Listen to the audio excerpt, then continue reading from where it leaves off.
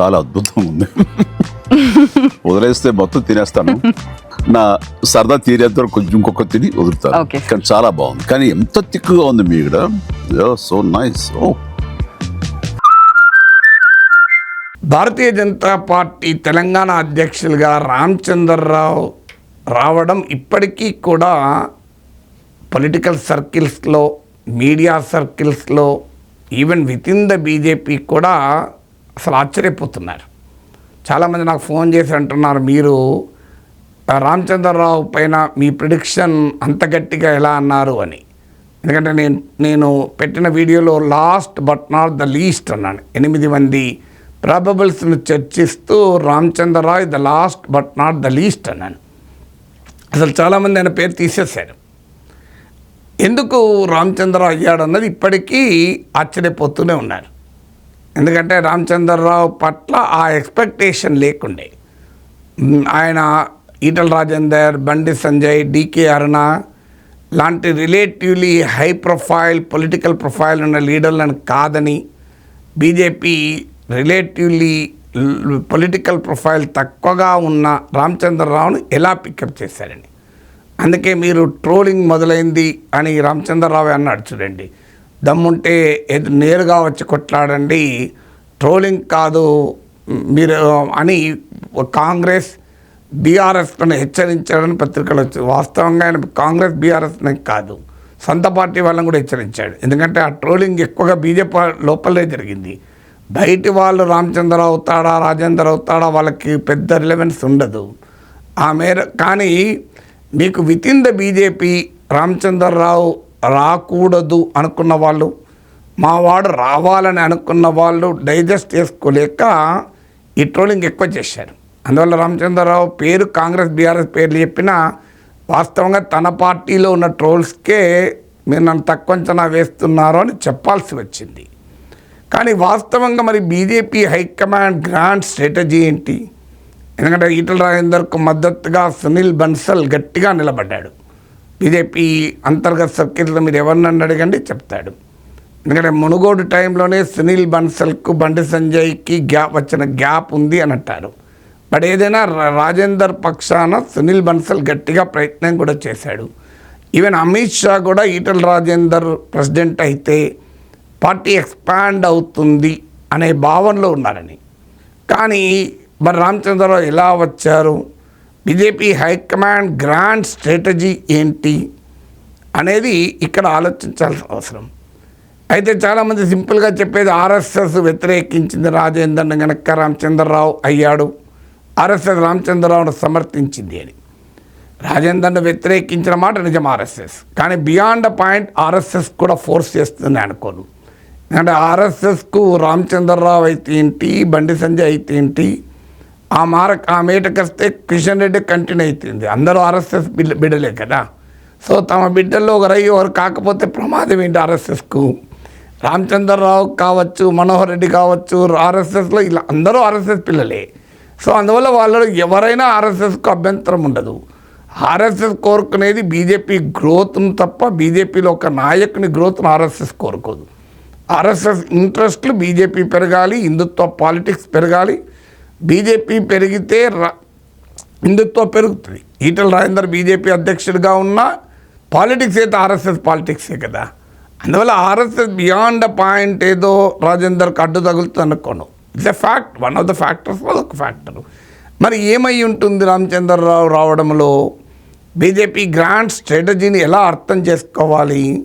ఎందుకంటే ఇన్డెప్త్గా పాలిటిక్స్ని అబ్జర్వ్ చేస్తే కొన్ని విషయాలు మనకు అర్థమవుతుంది. ఇప్పుడు ఇది వార్ టైం కాదు, ఇది పీస్ టైం. అంటే రోజు వార్ జరగచ్చు పొలిటికల్ పార్టీస్ మధ్య, కానీ ఎలక్షన్స్కు దగ్గర పడ్డ కొద్దీ అది వార్ టైం కింద అవుతుంది. వార్ టైంలో కంబాట్ కెపాసిటీ ఎక్కువ ఉన్నవారు జనరల్గా ఉండాలి. అంటే మీరు లిమిటెడ్ ఓవర్ మ్యాచ్లో ఎవరు కావాలి? తక్కువ రిస్క్ తీసుకొని కూడా తక్కువ ఓవర్లో ఎక్కువ రన్స్ చేసేవారు కావాలి. మంచి బాల్ వచ్చినప్పుడు బాగా కొట్టి కాస్త అనుమానంగా ఉంటే డిఫెన్స్ ఆడేవాడు ఉంటే లిమిటెడ్ ఓవర్ మ్యాచ్ సాధ్యం కాదు. అది కంబాట్ ఆపరేషన్లో ఉండేటువంటి వ్యక్తి. అందువల్ల కంబాట్ ఆపరేషన్లో ఉండే జనరల్ వేరు, పీస్ టైం ఆపరేషన్లో ఉండే జనరల్ వేరు. పీస్ టైంలో కావాల్సిన పని ఏంటి? పీస్ టైంలో సైన్యాలను మోహరించి శత్రువులతో పోరాడే నాయకుడు కాదు. పీస్ టైంలో కావాల్సింది సైన్యాన్ని యునైటెడ్గా ఉంచి, డిస్టర్బ్ కాకుండా ఉంచి, డిస్అరే కాకుండా ఉండాలి. మీకు అర్థమై ఉంటుంది ఈ రెండింటి మధ్య తేడా ఏంటి. Ramachandra Rao may not be a combat general. Of course అది కూడా ఆపర్చునిటీ ఇచ్చినప్పుడు ఎలా చూపెడతాడన్నది కూడా ఆధారపడి ఉంటుంది. రామచంద్రరావుపై కూడా ఈయన కంబాట్కి పనికిరాడని ముద్ర కూడా మనం వేయలేము. పాలిటిక్స్లో చాలామంది ఆపర్చునిటీ వచ్చేదాకా సామర్థ్యం బయటపడదు. చాలా సమర్థులు అనుకున్న వారు కూడా సమయం వచ్చినప్పుడు అసమర్థులుగా తేలుతారు. చాలా అసమర్థులు అనుకున్న వాళ్ళు సమయం వచ్చినప్పుడు వాళ్ళ మీద ఉన్న ఎక్స్పెక్టేషన్ కన్నా ఎక్కువ పర్ఫామ్ చేస్తారు. So too early to make any prediction. కానీ ఇప్పటి వరకు ఉన్న సిచ్యువేషన్ బట్టి ఆయన ఎమ్మెల్యేగా, ఎమ్మెల్సీగా, ఎంపీగా ఓడిపోయాడు, ఒకసారి ఎమ్మెల్సీగా గెలిచాడు. ఈ వార్ టైం ఆపరేషన్స్లో ఆయనకున్న ఎక్స్పీరియన్స్లో ఆధారంగా చెప్పేది అంటే is more suitable for a peace time operation. ఎందుకంటే ఇప్పుడు ఆయన అందరినీ యునైట్ చేయగలుగుతాడు, మీకు భిన్నమైన వర్గాలను కలపగలుగుతాడు. ఇప్పుడు ఈటల రాజేందర్ కావాలని ఎంతమంది గట్టిగా బీజేపీలో అడిగారో వద్దన్న వాళ్ళు అంతకన్నా ఎక్కువనే ఉన్నారు, కానీ తక్కువ లేరు. అందువల్ల రామచంద్రరావు కావాలి అని గట్టిగా ఎవరు అడగకపోవచ్చు, వద్దని కూడా ఎవరు అడగకపోవచ్చు. సో ఎవరో వద్దని గట్టిగా అడగచ్చు, ఇంకోని వద్దనడానికి రామచంద్రరావు కావాలి అని గట్టిగా అడగచ్చు. అందువల్ల ఇలాంటి వ్యక్తి పీస్ టైం ఆపరేషన్స్లో ఆర్మీకి నాయకత్వం వహించడానికి సూటబుల్ అని బీజేపీ హైకమాండ్ భావించవచ్చు. ఇది ఫ్యాక్టర్ నెంబర్ 1. ఫ్యాక్టర్ నెంబర్ 2 ఏంటంటే ఎలక్షన్ వార్ టైంలో డెమోగ్రఫికల్గా డామినెంట్ కాస్ట్ ఏంటి, సోషల్ ఇంజనీరింగ్ అంటారే, ఏ సామాజిక వర్గాన్ని దగ్గరికి తీయాలి, ఎవరి ఓట్లు ఎక్కువగా ఉంటాయి, ఏ నాయకుడు ఏ ఓటర్లను ఆకర్షించగలుగుతారు, ఇవన్నీ ఎలక్షన్ టైంలో ఆలోచిస్తారు. పీస్ టైంలో ఏంటి, ఎలక్షన్ టైంలో మాకు గుర్తింపు లేదు అనుకునే సామాజిక వర్గాలను సంతృప్తిపరచడం పీస్ టైంలో అవసరం. అందువల్ల రామచంద్రరావు సామాజిక నేపథ్యం చూసిన బీజేపీకి సాంప్రదాయంగా అనుకూలంగా ఉన్న సామాజిక వర్గం, ఆధునిక రాజకీయ పోరాటంలో వెనుకబడుతున్న సామాజిక వర్గం, ఈ ఓట్ల గోలలో మాకు అన్యాయం జరుగుతుందని భావించే సామాజిక నేపథ్యం, అలాంటి వాళ్ళను పీస్ టైంలో అకామిడేట్ చేయడం వల్ల గందరగోళం లేకుండా అందరినీ సంతృప్తిపరిచావు. భారతీయ జనతా పార్టీ అంటే అన్ని వర్గాలకు ప్రాతినిధ్యం వహిస్తుంది అని ఒక మెసేజ్ ఇవ్వటానికి కూడా ఉపయోగపడుతుంది. మూడవది ఏంటంటే ఒక వ్యక్తి ఎక్స్పెక్టేషన్స్ని బట్టి వాళ్ళ పర్ఫార్మెన్స్ని జడ్జ్ చేస్తారు. ఒక ఎక్స్పెక్టేషన్ చాలా ఎక్కువ ఉన్నాయనుకోండి, పర్ఫార్మెన్స్ తక్కువ ఉందనుకోండి, చాలా ఇబ్బంది అవుతుంది. అసలు ఎక్స్పెక్టేషన్ తక్కువ ఉందనుకోండి, ఏ పర్ఫార్మెన్స్ అయినా బాగా ఉంటుంది. మీకు బేసికల్గా నేను బాగా సంపాదిస్తానని వ్యాపారం మొదలుపెట్టామనుకోండి, సరిగా రాలేదనుకో ఫ్రస్ట్రేట్ అవుతావు. తక్కువ మార్జిన్లే ఉంటాయని తెలిసే మొదలుపెట్టామనుకోండి, ప్రమాదం ఉండదు. ఐఐటి సీట్ వస్తుందని ఆశించి ఎంసెట్లో వస్తే బాధపడతాడు, ఎంసెట్ వచ్చే చాలు అనుకుంటే బాధపడాడు. మూడో అడ్వాంటేజ్ ఏంటంటే రామచంద్రరావు వల్ల గ్రాండ్ ఎక్స్పెక్టేషన్స్ లేనప్పుడు BJP will not be a victim of expectations. కొన్ని సందర్భాల్లో రాజకీయ పార్టీలు విక్టిమ్ ఆఫ్ ఎక్స్పెక్టేషన్స్ కూడా ఉంటాయి. అంటే బాగా ఎక్స్పెక్టేషన్స్ పార్టీ ఇక మామూలుగా ఉండదు అనుకున్నప్పుడు, లేకపోతే ప్రజలు లైట్ తీసుకునే ప్రమాదం ఉంటుంది. ఆ సమస్య కూడా కాదు. Ramachandra Rao definitely will prove his performance will be much better than what everybody expected. So అందువల్ల కొత్తగా ఆయన డ్యామేజ్ చేసేది కూడా ఏమీ ఉండదు. బాగా దూకుడుగా ఉన్న వాళ్ళు పడిపోయే ప్రమాదం కూడా ఉంటుంది. అందువల్ల రామచంద్రరావు దూకుడుగా ఉండడు, పడిపోవడం అనే ప్రసక్తి లేదు. సో ఈ కెనాట్ డ్యామేజ్ ద పార్టీ, మీకు నష్టమే జరుగుతుంది జరు. అందువల్ల డ్యామేజ్ కంట్రోల్ కూడా ఒక ముఖ్యమైన అంశంగా ఉండవచ్చు. నాలుగవది ఏంటి అంటే అలియన్స్ పాలిటిక్స్. సో భారతీయ జనతా పార్టీ ఇప్పుడైతే మాకెవరితో అలియన్స్ ఉండదు అని చెప్తున్నారు, మాకెవరితో సంబంధం లేదు, మేము విడిగానే పోటీ చేస్తాం అంటున్నారు. కానీ హూ నోస్, ఇప్పుడు స్థానిక సంస్థల ఎన్నికలు, ఇవన్నీ కూడా జరుగుతాయి. రేపు కనుక జమిలీ వచ్చి లోక్సభ ఎన్నికలు అసెంబ్లీ ఎన్నికలు కలిసి కనుక వచ్చాయనుకోండి, క్యాలిక్యులేషన్లు మారిపోతాయి. ఎందుకంటే స్థానిక రాష్ట్ర స్థాయి రాజకీయాల కన్నా జాతీయ రాజకీయాల ప్రభావం పెరుగుతుంది. మీకు బీఆర్ఎస్ బలహీనత, జాతీయ రాజకీయాల ప్రభావం ఉంటే బీఆర్ఎస్ ఇబ్బంది పడుతుంది. ఇది 2018-19లో చూసాం, 2024లో చూసాం. సో ఈవెన్ ఇటీవల అసెంబ్లీ ఎన్నికలకు లోక్సభ ఎన్నికలకు మధ్య 20% ఓటింగ్ పడిపోయింది బీఆర్ఎస్ది. సో అందువల్ల మీకు జమిలీ వస్తే పార్లమెంట్ ఎన్నికలు అసెంబ్లీ ఎన్నికలు కలిపి వస్తే బీఆర్ఎస్ వల్నరబుల్ అవుతుంది. విడిగా వస్తే బీఆర్ఎస్కి అడ్వాంటేజ్ ఉంటుంది. ఒకవేళ జమిలీ వచ్చింది అనుకుందాం, మోస్ట్లీ రావచ్చని కూడా అంటున్నారు. సో జమిలీ వచ్చిందనుకోండి, రేపు జాతీయ ఎన్నికలు బీజేపీకి ఇంపార్టెంట్ అవుతాయి, అసెంబ్లీ ఎన్నికలు బీఆర్ఎస్కి ఇంపార్టెంట్ అవుతాయి. పార్లమెంట్ ఎన్నికల్లో బెటర్ పర్ఫామ్ చేసేది బీజేపీ, అసెంబ్లీ ఎన్నికల్లో పర్ఫామ్ చేయదు. అంటే అసెంబ్లీ ఎన్నికల్లో బీజేపీ వల్నరబుల్, లోక్సభ ఎన్నికల్లో బీఆర్ఎస్ వల్నరబుల్. అందువల్ల ఇద్దరి బీజేపీ బీఆర్ఎస్ బలాబలాలు ఓవర్లాప్ కావు.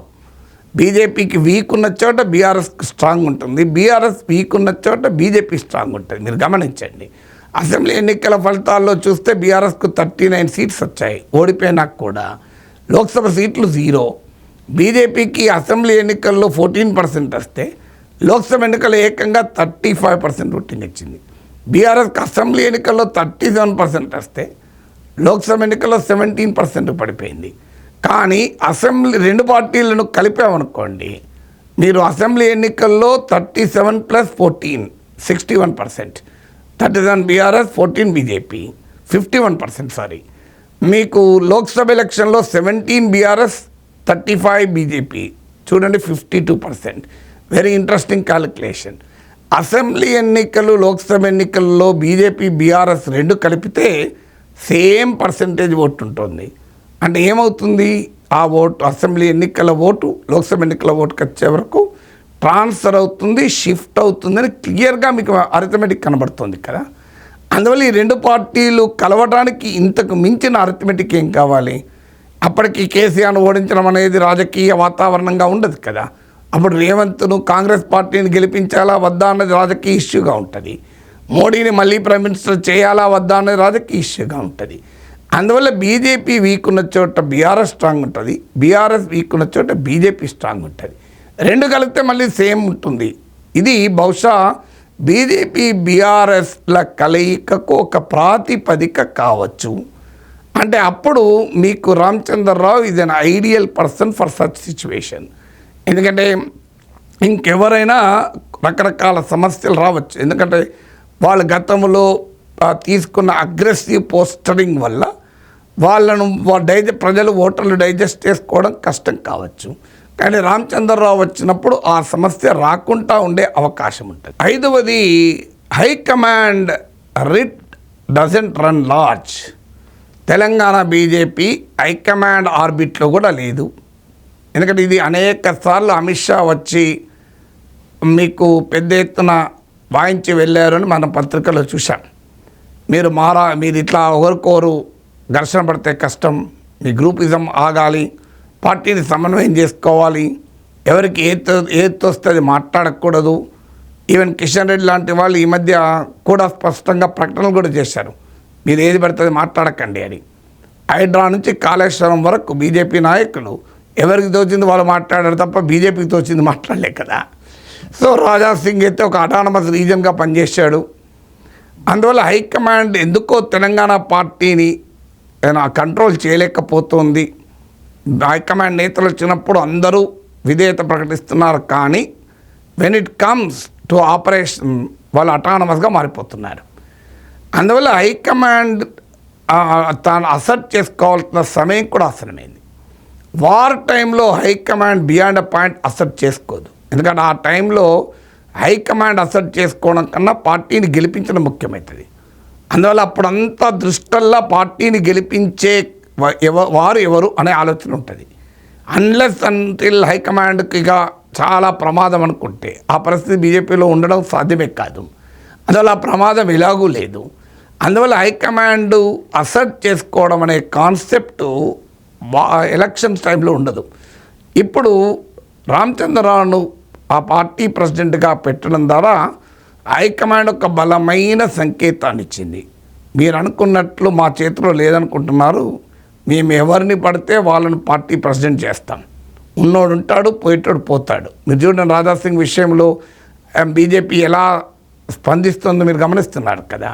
పోతే పోని అనే రీతిలో వ్యవహరిస్తుంది.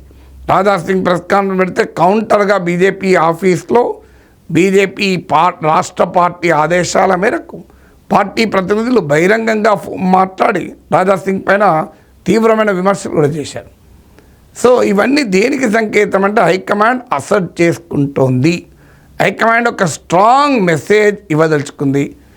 మీరు మీ ఇష్టం వచ్చినట్టు నడవదు, హైకమాండ్కు విధేయత ప్రకటిస్తే సరిపోదు, ఆచరణలో కూడా ఉండాలి.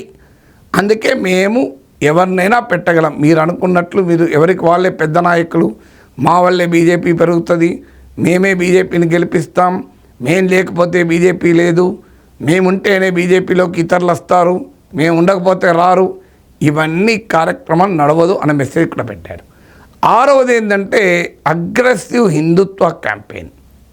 ఒకవేళ బీజేపీ అగ్రెసివ్ హిందుత్వ క్యాంపెయిన్తోనే తెలంగాణ పాలిటిక్స్లో వెళ్ళాలనుకున్నా ఎలక్షన్స్ టైంలో ఎమోషనల్ క్యాంపెయిన్స్ పనిచేస్తాయి, కానీ ఒక లాంగ్ పీరియడ్లో పనిచేయవు. అందువల్ల ఎప్పుడు కూడా emotional campaigns are like a limited over match. Test మ్యాచ్కి వచ్చే వరకు సస్టైన్డ్ పొలిటికల్ క్యాంపెయిన్ కావాలి, అనేక అంశాలపైన పొలిటికల్ క్యాంపెయిన్ కావాలి. ఓన్లీ హిందుత్వ అనే ఒక్క అంశంపైనే అగ్రెసివ్గా దూకుడు లాంగ్ టర్మ్లో సాధ్యం కాదు. ఎలక్షన్స్ 4 years ఉన్నాయి కనుక, 3 to 4 years ఉన్నాయి కనుక ఇప్పుడు సస్టైన్డ్ క్యాంపెయిన్ కావాలి. రామచంద్రరావు ఈజ్ ఏ నికార్సైన హిందుత్వవాది, అదే సమయంలో ఈజ్ నాట్ అన్ ఎక్స్ట్రీమిస్ట్గా హిందుత్వ భావజాలాన్ని యోగి ఆదిత్యనాథ్ లాగా కాదు. అందుకే రాజాసింగ్ తెలంగాణకు యోగి కావాలి అన్నారు, కానీ యోగి కాదు, తెలంగాణకు కాస్త సాఫ్ట్ లీడరే కావాలి ఇప్పుడు అని బీజేపీ హైకమాండ్ భావించింది. రాజాసింగ్ ఏమో యోగి కావాలని భావించారు. యోగి లాంటి నాయకుడు కావాలి అనేది బహుశా హైకమాండ్ ఎలక్షన్ల ముందు ఆలోచిస్తుందేమో.